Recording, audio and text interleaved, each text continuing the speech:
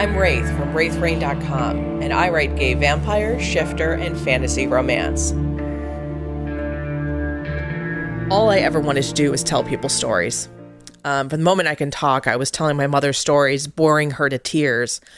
But when I got older, when I was in high school, I started telling my friends stories where I would make them the hero or heroine, and there would be a big romance. There'd be, all this action and saving the world. And I would actually make them both mixtapes where I would do special effects and music. I wouldn't write them out. I would just tell them, and I would act out all the parts. And I would also do this face-to-face with them so I could see their reactions, and I knew what thrilled them, I knew what they didn't like very much, and I knew what they absolutely loved. And I would build these stories that would take days, weeks, months, even sometimes longer than a year to tell, and it was tailored to that friend, and they loved them. And I loved telling them, because to give somebody something that makes them feel so good and see their reaction to it in real time is incredible. You just can't get that experience any other way.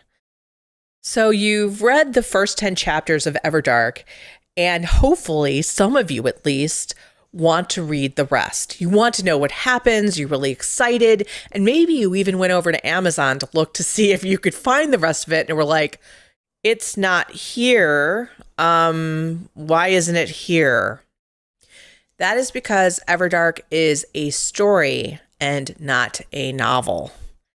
How did you feel when you read the first 10 chapters of Everdark?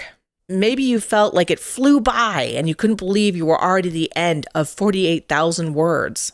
Well, one thing I'm absolutely certain of is that you were clear that this was the very beginning of the story. This thing was just getting started. But if this was a traditional novel, which is about 80 to 90,000 words, you'd be considered halfway through at least the first book.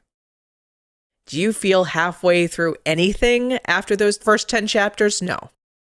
No, there's no way that I could artificially, well, there is a way, but it wouldn't be Everdark if I were to artificially create some arc that was going to close up some part of the story by 90,000 words or 100,000 words, right? You just wouldn't feel that it was the same, because it isn't the same.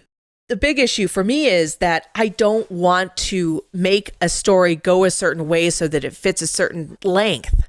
I want to tell a story that honors the story and forgets about the length. In my telling of stories, and this has a lot to do with my in-face telling of fantasies for my friends, I would tell the stories minute by minute so that the person I'm telling it to feels like they're at that character's side. Really, that they're with them, that they're experiencing everything. In a novel, you get snapshots of things that happen, which add to the main story and character development. But if it isn't advancing one of those two things, it should be cut. It's not that you wouldn't, as a reader, enjoy these longer scenes, but a novel has an arc, and extraneous stuff needs to be cut to keep things moving along, and so we don't exceed that page limit.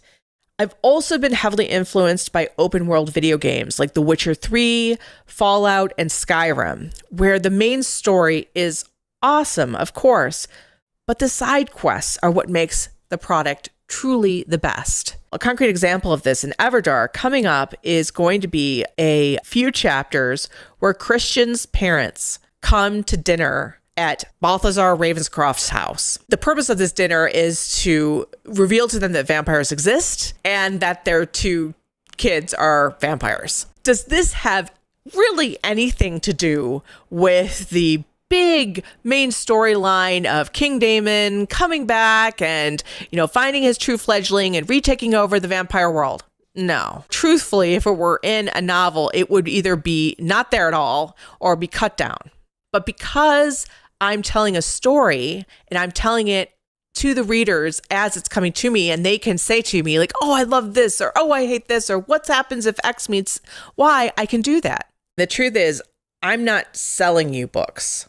I'm selling you myself, your own personal storyteller. I know exactly what my members like to read. The reason is I've been doing this since 2010, and I have put out a chapter every other day since 2010. So for over 8 years, I've been doing this for people. Now, my stories at the beginning did not hit spot on, but some of them did. I have certain things that I like to write about. I began to refine those as I went through story after story. I realized, well, what's resonating with the readers? Because they tell me what's resonating with me, and I could pick it out. I was like, oh, I get that. I really like that. And they really like that. This seems to mesh up well. And now what I do, instead of foolishly trying to think up an idea myself and then forcing it upon the membership, what I do is I put together an idea. I put it up for the members to read, to see if they like it. And then I get their feedback. I refine it. I put it up again. They tell me more about what they like, don't like, or hope.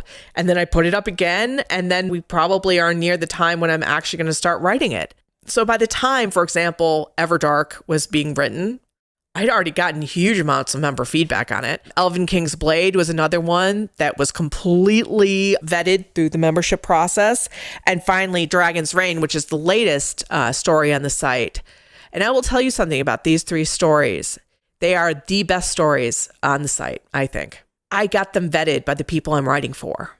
Because remember, I got my start looking at my best friend across the table from me as I was telling her the story that she wanted to hear.